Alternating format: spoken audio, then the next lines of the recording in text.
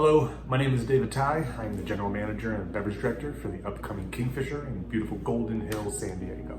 I'm here at my home bar, as you can probably tell, and there's a good chance if you're watching this, you're probably home as well, because you are participating in our take-home series. We cannot thank you enough for joining us on this. There's a lot of great food options here in San Diego. There's a lot of places you could have gone. There's a lot of things you could have done with your night tonight. And you chose to come with us and get a preview of what Kingfisher is going to be. Kingfisher, in my opinion, really rests on two key elements. The one, Vietnamese food. Not only the authentic and traditional dishes that you know and love and have encountered over the years, but also lesser known dishes, uncommon dishes, and dishes that are influenced and really pull from the California scenery here. To go with that, there's also going to be a bar program. It's meant to be forward-thinking and progressive, taking ingredients not just from Southeast Asia, but from pretty much anywhere we want, to complement the food and to really bring you something fun, something unique, something different, and something that we think is really going to elevate the San Diego bars. So again, thank you for joining us, and we hope you enjoy your meal. Hi, my name is Key, and I'm the chef of Kingfisher. Thank you so much for buying our pop-up series and bringing us into your home. Through these pop-up series, we'd like to give you a preview of what's to come for Kingfisher in 2021. Today we have 3 courses and 3 cocktails, as well as a bonus soup course. So let's eat!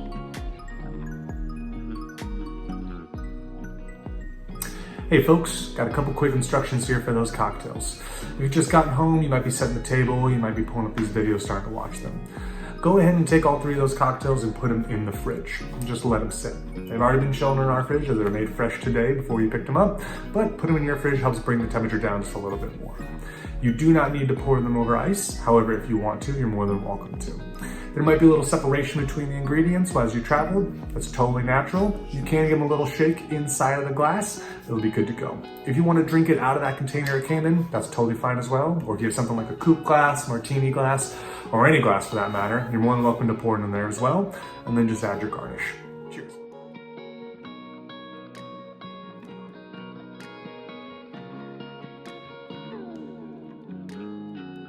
Okay, let's get started on the first dish, which is the stuffed fried calamari with tamarind sauce. This dish is popular among the coastal regions of Vietnam and it's also one of my favorites. I love the crispiness of the calamari and the brightness of the fruit salad underneath, as well as the tartness of the tamarind sauce. The dish is ready to be eaten as is, but if you want to crisp it up a little bit more, I recommend heating it up in an air fryer or a toaster oven. And then just pour the sauce on top and enjoy.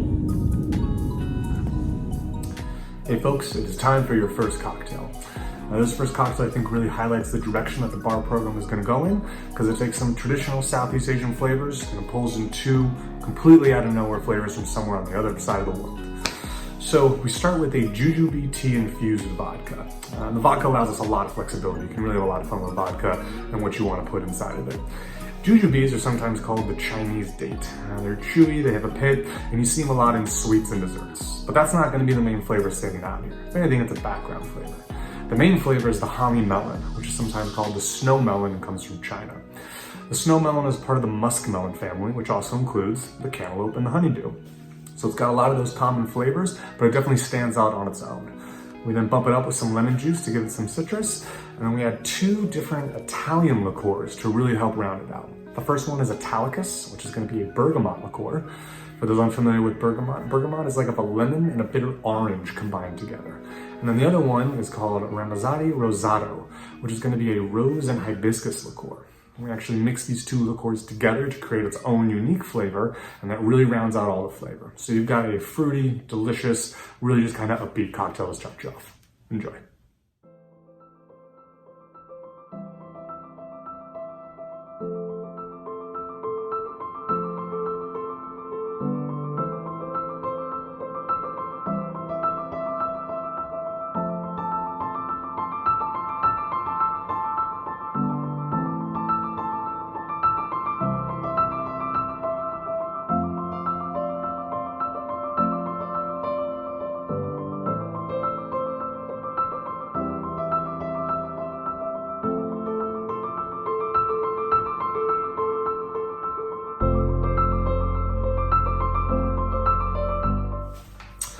Cocktail number 2. Welcome back, folks. We're now off to your second cocktail. If the first one was any indication of where the bar program is going to go, the second cocktail really takes it to a whole other level. It's very simple, and yet it's very not. It's very complex and uses some really, really traditional ingredients. So we start with gin as the base, and then after that, we add something very uncommon, something we call the de-bitterized bitter melon. For those of you familiar with the bitter melon, it is exactly that. It is bitter, but it's not a melon like the last melon, that Hami melon with the sweetness. This one is very vegetal, to say the least. We found a technique in which we can actually pull out that bitterness, and we're left with all that bright green flavor. Then to add to that bright green flavor, we add the sesame leaf. Sesame leaf is kind of like mint or basil in that refreshing flavor, but it's got its own unique taste and is a very Southeast Asian staple. We add some lime juice for citrus, and then the last one, which is very interesting, is Mugwort salt. It's delicious.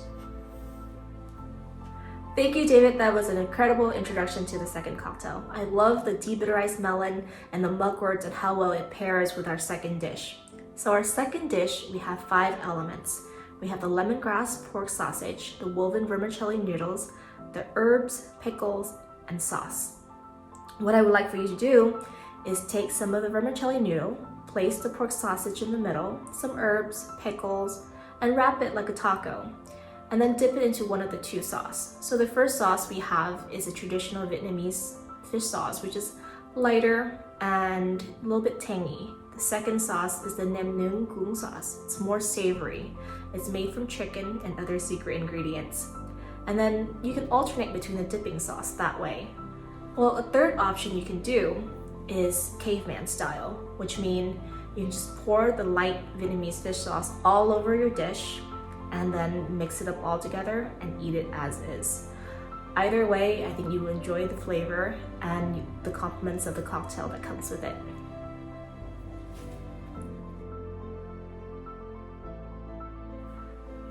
Okay, I know we said 3 courses, but it's bonus course time.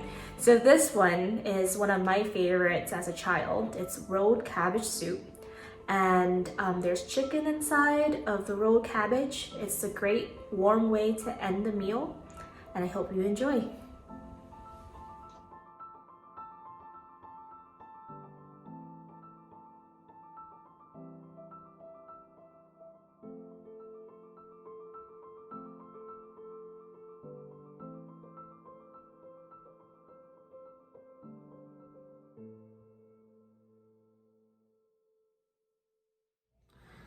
Welcome back, folks. We are now at the third cocktail. If the first 2 cocktails were any indication of how interesting and far you could go with cocktails, and especially Vietnamese food, the third one's meant to go actually in the different direction. Sometimes the drink just needs to complement the food as best as possible, just using good, solid, classic ingredients. Mooncakes have a wide variety of what they can be made, but they're generally seen as the desserts and are also very big during the Moon Festival. This cocktail is meant just to add to all the flavors of the mooncake. So we start with some Toki Japanese whiskey to give a little bit of that smoke as if it just came out like a baked good. We add some Giffard apricot liqueur, which is an explosive apricot flavor. It is delicious. It's a very, very well-made product. And then we add to that some velvet falernum. Velvet falernum comes out of the Caribbean area. You can make it on your own. You can also buy it. It's generally a low-proof rum-based spirit, and you can add things like clove, ginger, almond, sugar, lime zest, and get a really, really interesting Caribbean flavor to that.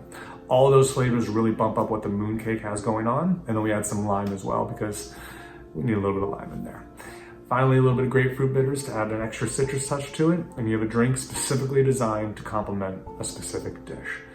Thank you. We hope you enjoyed your cocktails tonight. Cheers. Okay, and now we're at dessert. And this dessert is very important because it celebrates the Mid-Autumn Festival. The Mid-Autumn Festival, or Tết Trung Thu in Vietnamese, is a holiday where families are celebrating the end of harvest. People would get together to look at the moon, and children would sing songs and carry lanterns throughout the night. What I have for you is a pineapple and coconut mooncake.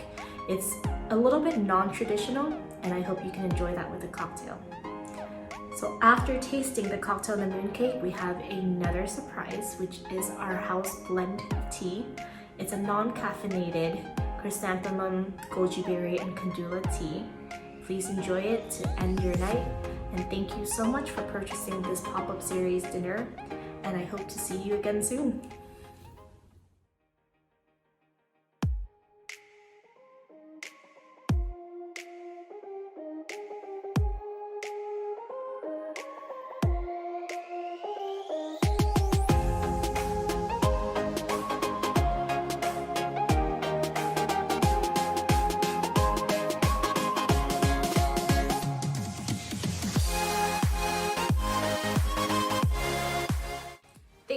again for purchasing our pop-up dinner. Dinner number 2 will be available on Friday, October 23rd.